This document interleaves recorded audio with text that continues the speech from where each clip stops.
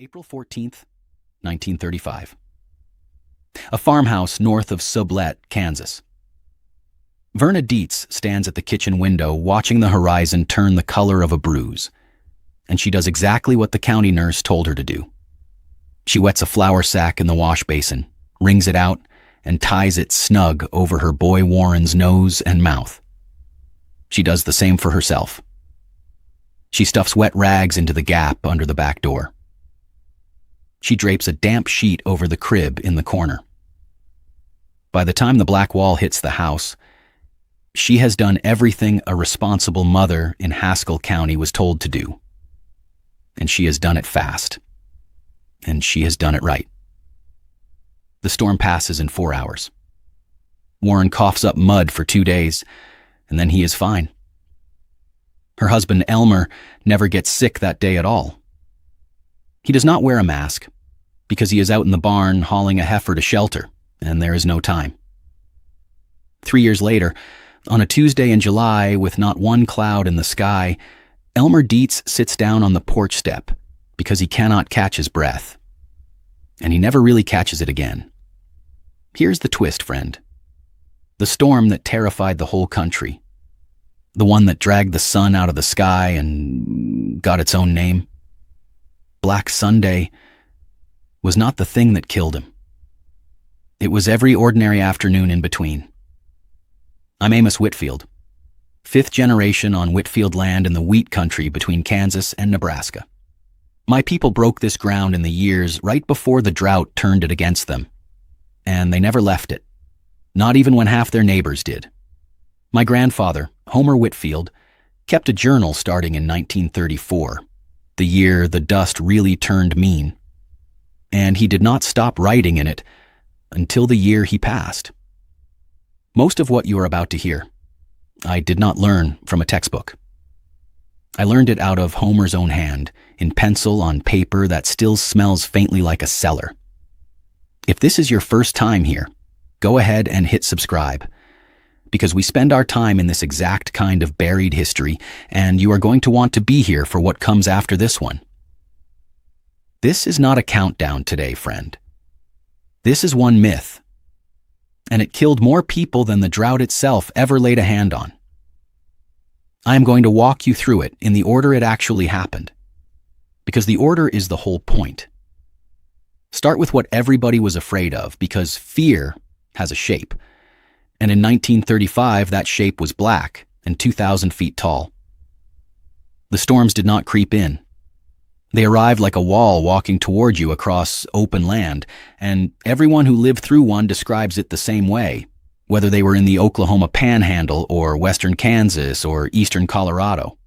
The temperature would drop 30 degrees in 20 minutes. Birds would go quiet, then frantic, then gone. The sky would not so much darken as disappear, the way a door disappears when somebody shuts it in front of your face.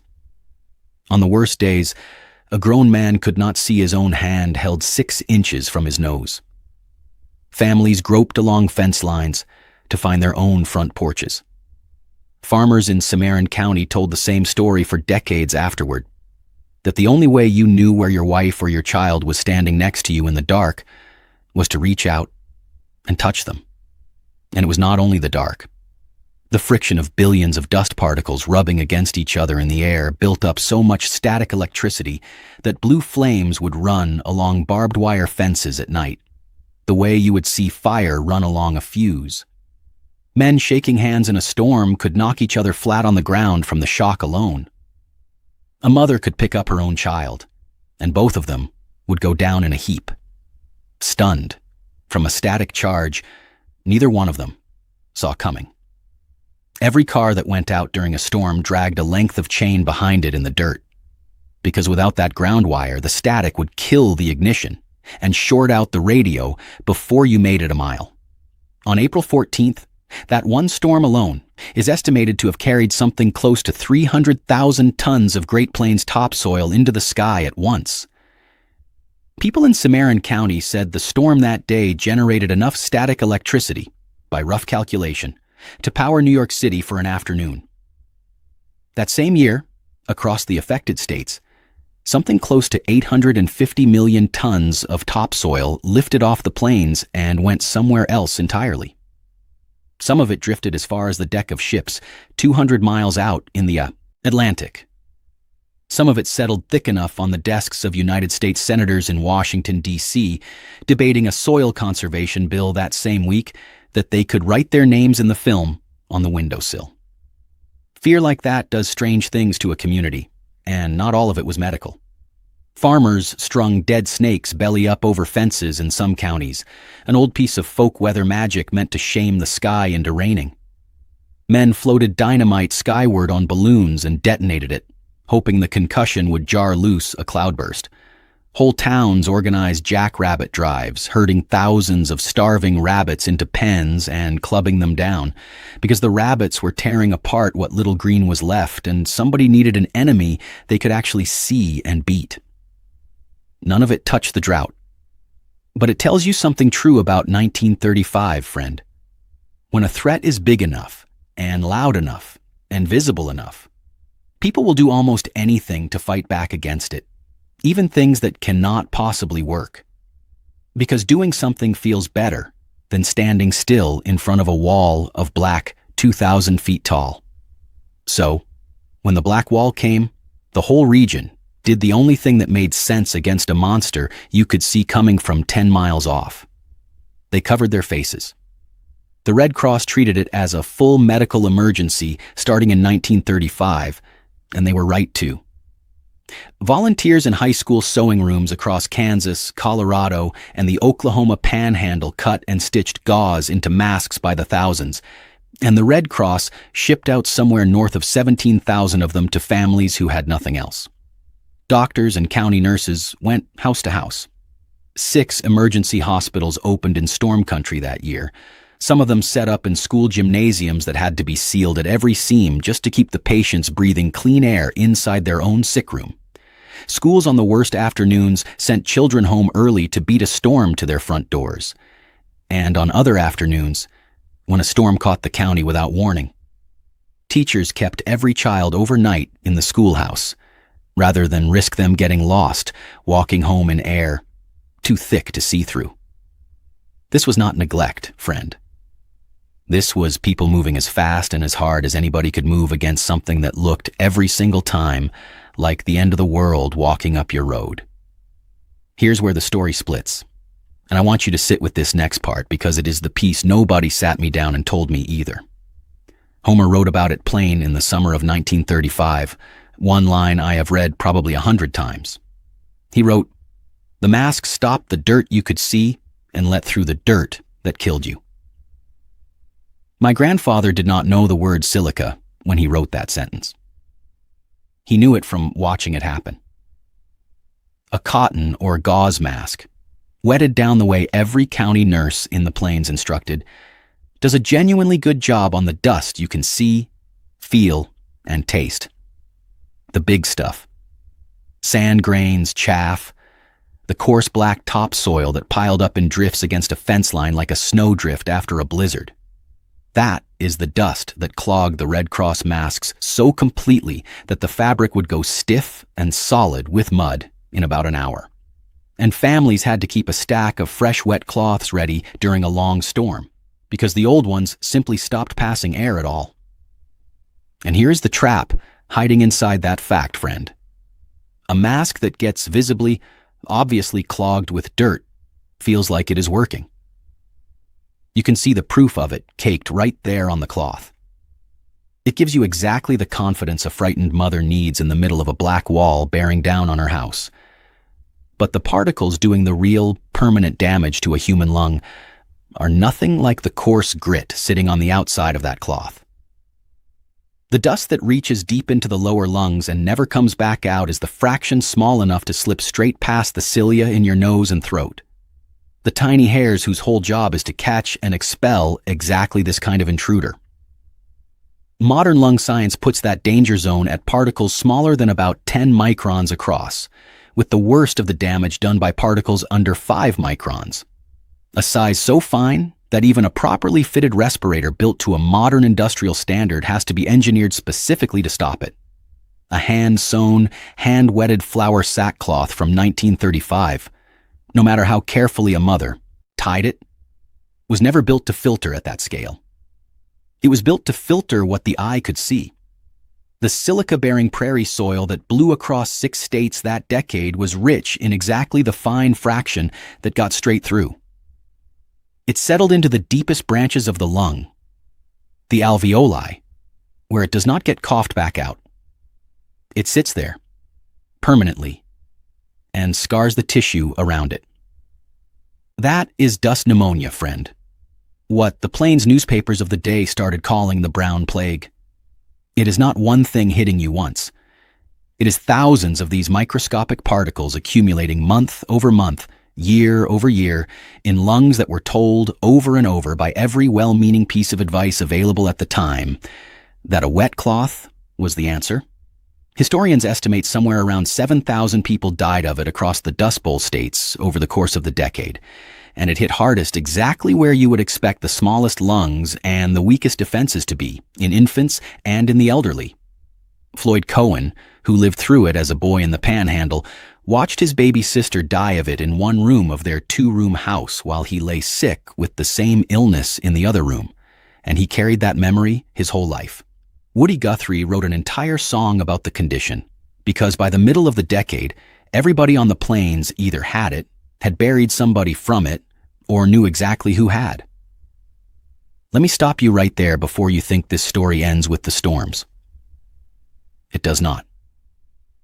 This is the second half of the myth, and it is the half that killed grown, healthy men in the middle of ordinary workdays, on afternoons when there was no black wall on the horizon at all. Nothing anybody would have called a dust storm. Every farmer on the Plains in the 1930s judged air quality the only way anyone had ever judged it. With his eyes. Can I see the barn from the porch? Can I see the neighbor's silo 2 miles off?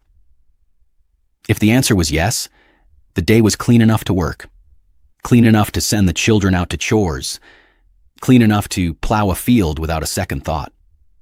But visibility and safety are not the same measurement, friend, and nobody on the Plains in 1935 had any way of knowing that. A field freshly plowed and left bare through a dry summer throws fine particulate into the air every single time a wagon wheel crosses it, every time a boot kicks through it, every time an ordinary prairie wind, nothing close to storm strength, moves across open dirt with no root system left to hold it down.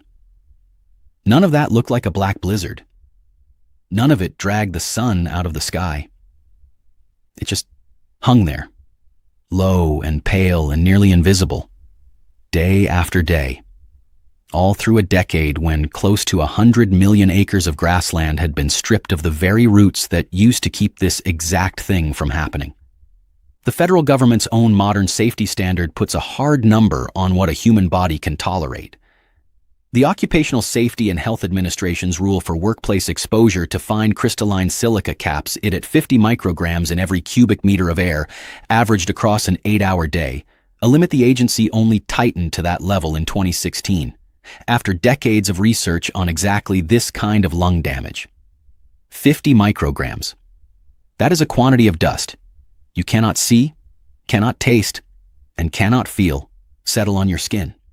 Compare that to what the Plains recorded during the worst stretches of the 30s, when a single storm could drop close to 5 tons of dust onto a single acre in a matter of hours. And you start to understand that the number of days a Kansas or Oklahoma farmer spent breathing air that would fail a modern safety inspection was not measured in the handful of black blizzard afternoons everybody remembers. It was measured in years, ordinary, sunlit, unremarkable years. The government of the day was not blind to the crisis, friend, and I want to give credit where it belongs before I finish this thought. Congress declared soil erosion a national menace in the spring of 1935, the same terrible season that produced Black Sunday, and it stood up the Soil Conservation Service almost overnight to teach contour plowing, crop rotation, and shelter belt planting across 6 states. Within a few years, farmers on the Plains had planted well over 200 million trees in windbreak rows, meant to hold the topsoil down at its source. That response was fast, and it was aimed at exactly the thing everyone could see, which was bare dirt lifting off the land in visible sheets. What it was not built to address, because nobody in 1935 had the instruments to measure it, was the invisible fraction of that same dirt drifting through ordinary air on days nobody would have called a storm at all. The cure for the erosion arrived in years. The science that explained why a clean-looking Tuesday could still be killing a man slowly took closer to half a century longer. Elmer Dietz wore his wet mask faithfully on every day that looked like the end of the world. He never once put one on to walk out and check a fence line on a merely hazy Tuesday, because nobody had ever told him he needed to, and by every visible measure available to a man standing in his own field, he did not need to. Homer's Journal has a short entry about the Dietz place from the fall of 1938, not long before Elmer's breathing gave out for good. Homer wrote that Elmer had gone gray in the face and thin in the arms, and that folks around Sublette had started saying the dust had finally caught up to him, though nobody could point to the day it happened because there wasn't one single day. That not a conspiracy is the whole shape of this thing, friend. Nobody built this danger to profit off it. No company sold anybody a fear so they could sell the cure. This one was slower and stranger than that. It was a genuine good faith piece of folk wisdom that answered the wrong question with total confidence, and answered it for an entire generation, because the real threat did not announce itself the way the storms did. I want to be honest with you about something, because I promised myself when I started this channel I would not just hand you the tidy version. I spent an evening a few winters back trying to recreate one of the old wet cloth masks out of a flour sack the way Homer described it, mostly out of curiosity. And I ran a cheap air quality sensor next to it while I kicked up dust in the yard behind the barn. The particle counter barely moved for the coarse stuff caught in the cloth. It kept climbing steadily on the fine end no matter how many layers I added. I remember standing there feeling almost embarrassed on Homer's behalf, and then catching myself because he had already written the answer down in 1935 with nothing but his own eyes and a dying neighbor to go on. It is one thing to read the science in a government document. It is another thing to stand in your own yard 90 years later and watch 100 years of folk confidence fail a simple test in real time. This is where the story catches up to right now, because it never actually stopped being true. Farmers, construction crews, and anyone working around bare, dry soil today still breathe this exact same fine, respirable fraction, which is precisely why OSHA built a modern standard around it instead of leaving it to guesswork and good intentions. The Centers for Disease Control still tracks silicosis as an occupational hazard in agriculture, decades after the Dust Bowl ended, in counties where the wind still runs unbroken across land that has never fully grown its root systems back. Public health researchers studying that same stretch of country today still describe farm dust exposure in language that would have sounded completely familiar to Homer, minus the instruments to back it up. The danger Homer's neighbors could not see in 1935 is the same danger a modern hygienist measures today with instruments accurate down to a fraction of a microgram. Because the human lung has not changed in 90 years, only our ability to measure what it is actually up against. A modern respirator rated for fine particulate, the kind you can buy off a shelf in any hardware store today, is engineered from the fiber up to do the one job that flour sackcloth could never have done no matter how many times you wet it and wrung it out. Comment down below and tell me where you are watching this from, because I read every one of them, and I especially want to hear from anybody whose family has their own Dust Bowl story, whether it came down through a journal like Homer's or just through what got repeated at the supper table for 3 generations. Somebody in your family very likely lived through exactly what I just described, even if nobody ever called it a myth. So here's the whole thing laid out straight, the way Homer would have wanted it laid out. The danger everybody feared was real, and the wet cloth over the face genuinely helped against it. And nobody should hear this and think the Red Cross or the county nurses or a single one of those tired volunteers in a high school sewing room did anything but their honest best with what they knew at the time. But the danger that quietly did the most killing was not the one with a name and a date and a wall of black 2,000 feet high. It was the one that never made the papers. because it never looked like anything at all. It looked like an ordinary day, over and over, for the better part of a decade. That is the part of this story that still applies to you, friend. Whether you farm ground today, or you have never set foot on a working farm in your life, the threat that gets remembered is almost never the one that does the most damage. Black Sunday got a name and a place in every history book written since, because a name is what we give to the things we can point at. Nobody wrote a headline about the year 1938 or 1939 when the storms themselves had mostly quieted down and the land was simply still bare and still blowing, quietly in the background of everybody's ordinary life. The one that does the most damage is almost always the one nobody thought to be afraid of, because it never announced itself the way the storms did, and because by the time anybody could measure it, the damage was already sitting permanently in somebody's lungs. If you want to carry one thing out of this video and actually use it, here it is. The next time somebody tells you a piece of gear or a habit is protecting you, ask what it is actually built to filter, not what it visibly catches. A cloth that clogs with mud looks like it is doing its job. Sometimes the thing doing the real harm is exactly what slipped through clean.